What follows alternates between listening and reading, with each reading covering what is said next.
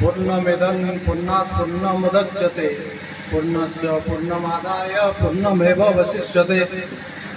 ओम शांति शांति शांति। आज जो भव्य समारोह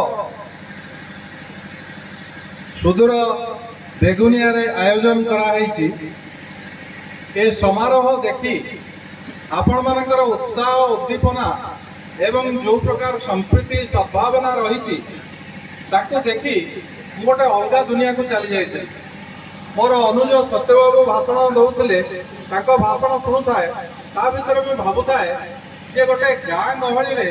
गोटे सम्भ्रांत संस्कृति संपन्न ग्राम बेगुनिया खोर्धा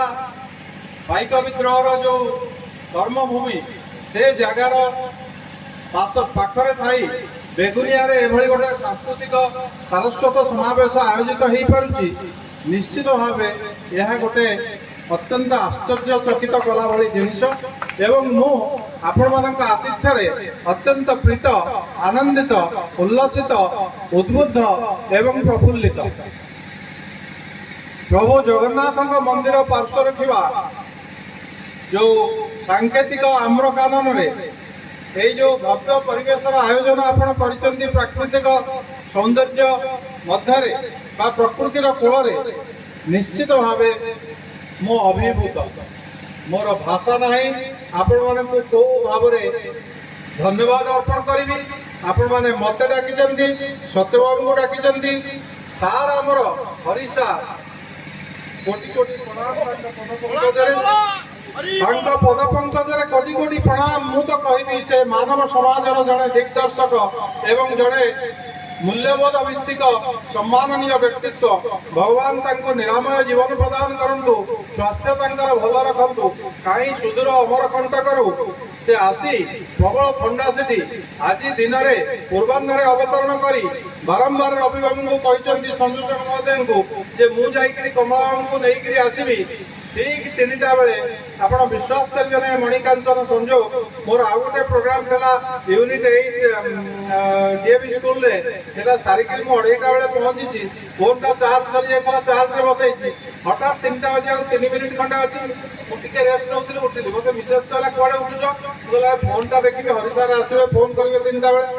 से भारी नीतिनिष्ठ लोक पंक्चुअल लोक समयानुवर्ती लोक सतु सतु फोनटा काढुची चार्जर को काढुची फोनटा आसला कौन आउ गोटे नंबर रे गले ना नहीं मोर आउ गोटे नंबर मुझे कौन आप आसीगले ना आप दरजा पाखे ठिया मु सांगे सांगे लुगापुटा पिंधिक बाहर चमत्कार भाषा ना अवर्णनीय अश्रुतपूर्व एवं अत्यंत अद्भुत संयोजक जे अच्छा प्रोफेसर रवींद्रनाथ पाणिग्राही तांको विषय रे कौन जिते कहे से संपूर्ण हम ना सेटा अल्प पड़ो स्वल्प हम एभली माने एते भीतर शक्ति अच्छी सामर्थ्य अच्छी आत्मविश्वास अच्छी एवं गोटे जन को प्रेरित कला भली भाषा अच्छी जहाँ फल कि आप देखुं जो कंग्रेगेशन मु बहुत सभा को जाऊँगी आज्ञा मु देखी नहीं यही जगार एते धैर्यर सहकार मनोनिवेश करी भाषण शुणुंट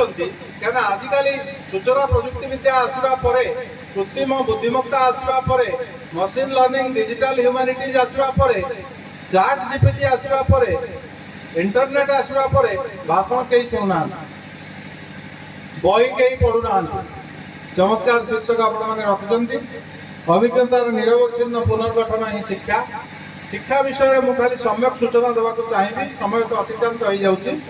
आपण मान धैर्य को शत धन्यवाद दूसरी किसी आपको कहवा को प्रचेषा करी शिक्षा विषय जदि आम देखा भारत स्वाधीनतार परवर्ती अवस्था 1947 मसीह जो भारत स्वाधीन है आपण मानकर मन थी 1947 मसीहा अगस्ट 14 तारीख मध्यरात्रि पर भारत स्वाधीनता हासिल कर 15 तारीख बोली गणाला 14 तारीख मध्यरात्रि पूर्व पाकिस्तान स्वाधीनता पाई 14 तारीख बोली से गणिले 15 तारीख मध्यरात्रि पर जेतबळे नेहरू भारत प्रथम प्रधानमंत्री पंडित जवाहरलाल नेहरू जो भाषण टी देइथिले सेटा होची मोर परम बंधु एवं अनुज ডক্টর মিশ্র মতে নিশ্চিত ভাবে ମୋ ସହିତ একমত ହେବେ ସେଇଟା ଥିଲା ତା ନାଁ ଥିଲା ଟ୍ରିଷ୍ଟ ୱିଥ୍ ଡେଷ୍ଟିନି ଟ୍ରିଷ୍ଟ ୱିଥ୍ ଡେଷ୍ଟିନି ସେ ଭାଷା ଥିଲା ଏଇଆ Dear friends, when the entire world is asleep, India awakes to freedom. हे बंधुगण समग्र विश्व जेतबळे निद्रित भारत आज स्वाधीनतार उद्बुद्ध होकर जागी उठी पुणी कहले बंधुगण स्वाधीनता पाई आमे निश्वास मारिबा उचित नुहे आत्मसंतोष अनुभव करबा उचित नुहे स्वाधीनता गोटे बड़ बोझ आम कांध उपरे एही स्वाधीनता को आमे ठीक रूपे परिचालित करबा पय आम पय गोटे बड़ आह्वान आसीची जो आह्वान सम्मुखीन हेबा पय आम भितर कर्तव्य बोध रहिबा उचित आम भितर देशप्रेम रहिबा उचित आमर एकता माने भिन्नता भितर एकता रहिबा उचित सर्वधर्म समभावापन्न हेई आमे काम करबा उचित ताकि अंतर्जातीय स्तर रे भारत को एक श्रेष्ठ देश हिसाब रे प्रतिपादित करि परिबा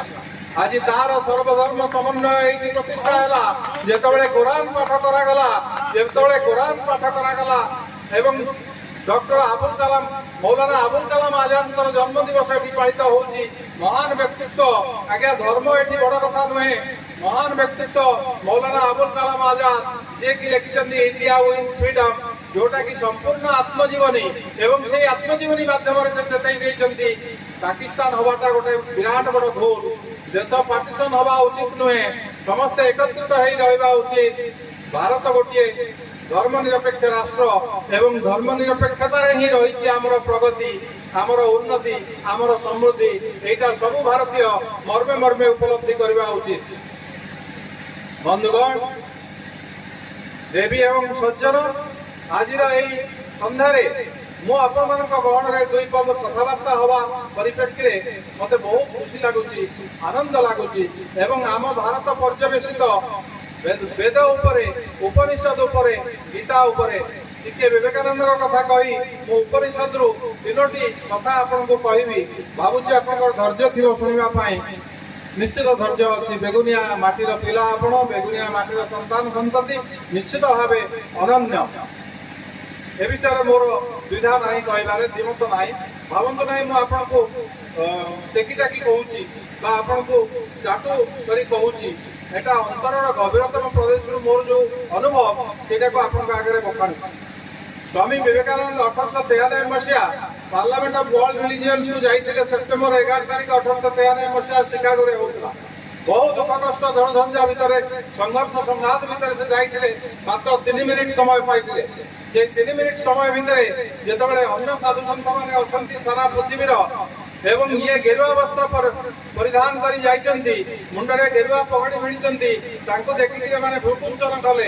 एमाने कहले what is this ridiculous figure is a saffron clad Indian sadhu why has he come here looks like a joker जेतबेले तांका टर्न आसिला कहबा पई आसिला तांका समय से संगे संगे ठिया हो गले सारा जो सम्मेलन कक्ष को चाहिए एवं उदात्त कंठरे कहले sisters and brothers of America एति खाली कहछन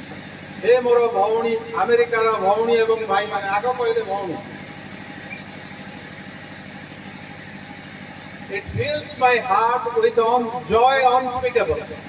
to rise in response to the warm felicitation that you have given to us. I thank you in the names of all the sadhus for having organized this wonderful Parliament of World Religions. I belong to a country, I am proud to belong to a country which believes in universal acceptance and toleration. I am proud to belong to a country which has given shelter to the refugees from Israel and other countries. I am proud to belong to a country which believes in Vasudhaiva Kutumbakam. I remember to have read a hymn during my childhood, Vivekananda study, where I have felt Lord Krishna telling that as different people are devoted to different religions, they all merge with me like the different streams merging in the ocean. He was given 3 minutes 3 ମିନିଟଟା 13 ମିନିଟରେ ପରିବର୍ତ୍ତିତ ହେଇଗଲା ଏବଂ ତାଳି ଉପରେ ତାଳି ଏବଂ ତାପରେ 3 ମାସ ସ୍ୱାମୀଜୀ ରହିଲେ ସେଠି ବିଭିନ୍ନ ଆଡୁ ଇନଭିଟେସନ ଆସିଲା ପ୍ରବଚନ ଦେବା ପାଇଁ। ବନ୍ଧୁଗଣ ଆମେ ଏଇଭଳି ଦେଶର ଦାୟାଦ ଯୋଉଠିକି ଗୀତାକୁ ସମ୍ମାନ କରାଯାଏ, ଯୋଉଠିକି ସର୍ବଧର୍ମ ସମନ୍ୱିତ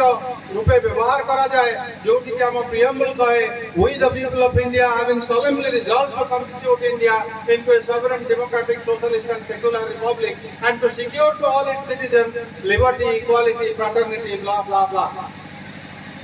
तो बंधुगण मु तीनोटी कथा कहबी उपनिषद चंडोग्य उपनिषद कहबी आपण शिक्षा कथा जेहेतु करा होची सा विद्या जा विमुक्त है एवं सेही शिक्षा लाभ करबा पय आगर गुरुकुल थिला एवं गुरुकुल रे गुरु माने पचारुथिले बाबूरे तोर गोत्र कोन, तोर बापा का नाम कोन, तोर मां का नाम कोन, तोर जाति कोन, तोर कुल कोन, तोर धर्म कोन इत्यादि इत्यादि। एकथा यदि मु पचारिबी हरि सार पचारे रवि सार पचारे बनमेयर सार पचारे गोटे हेले माड़ तले पड़ो नहीं, माड़ बहुत मिल आमको किंतु आम एगुड़ा पचारि पार्नु। आजिकालिका शिक्षा को समाज ये सब पचारि पारुनी किंतु कहीं से समय पचरा जाऊला एइथिपाई जे निरवच्छिन्न अभिज्ञतार पुनर्गठन बा संशोधन होची शिक्षा। शिक्षा आपन को सुजोग दिए निजर अभिज्ञता को संशोधन करबा पा अभिज्ञतार मनुष्य शिखे एवं अभिज्ञतार जो भूल है अतीतरे ताकू संशोधन करबा पा चेष्टा करे केतबळे वर्तमान रे ताकि भविष्य तथा उज्जवलमय हबो। आमे अतीत भूल रु शिक्षा लाभ करू, वर्तमान रे संशोधन करू एवं भविष्य रे तार सुफलता प्राप्त हो। जेतबळे जावाली सत्यकाम कथा कहबी सत्यकाम को जो 12 वर्ष हो गला से कहले माताश्री मु बर्तमान गुरुकुल जीवाक चाहूँगी ना ठीक अच्छे तुम्हें जाओ गौतम ऋषि पाखे शिक्षा लाभ कर। ये गले गौतम ऋषि पाखु गौतम ऋषि पचारे तुम गोत्र कौन, तुम बापा ना कौन, तुम जाति कौन। से कहले गुरुदेव क्षमा करेंगे मुझे सब किसी जानी जाऊँगी माँ को पचारिक आसूसी। माँ पाख आसिले कहले माँ मत कह गुरुदेव पचारुंट मोर बापा किए एपर्यंत केवे कहना मोर बापा किए बोली एवं मोर जाति कौन मोर धर्म कौन ये सब किसी कहना मत ना शुण मु कौन मत कह दारिद्र्यर कषाघात जर्जरित हो विभिन्न लोकों पाखे निजर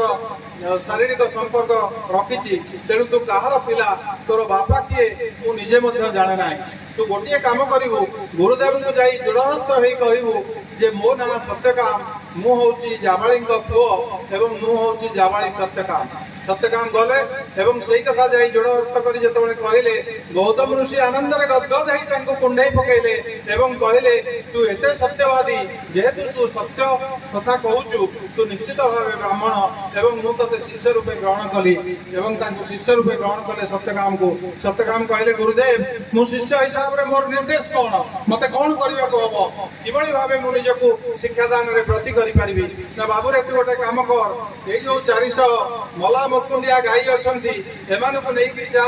तांकर सेवा कर तांकर शुश्रूषा कर तांको खाद्य दे औषध दे से माने 1000 गाई तोळे हेबे तू आश्रम को फेरिबो एवं एटा होची तो पाई नेते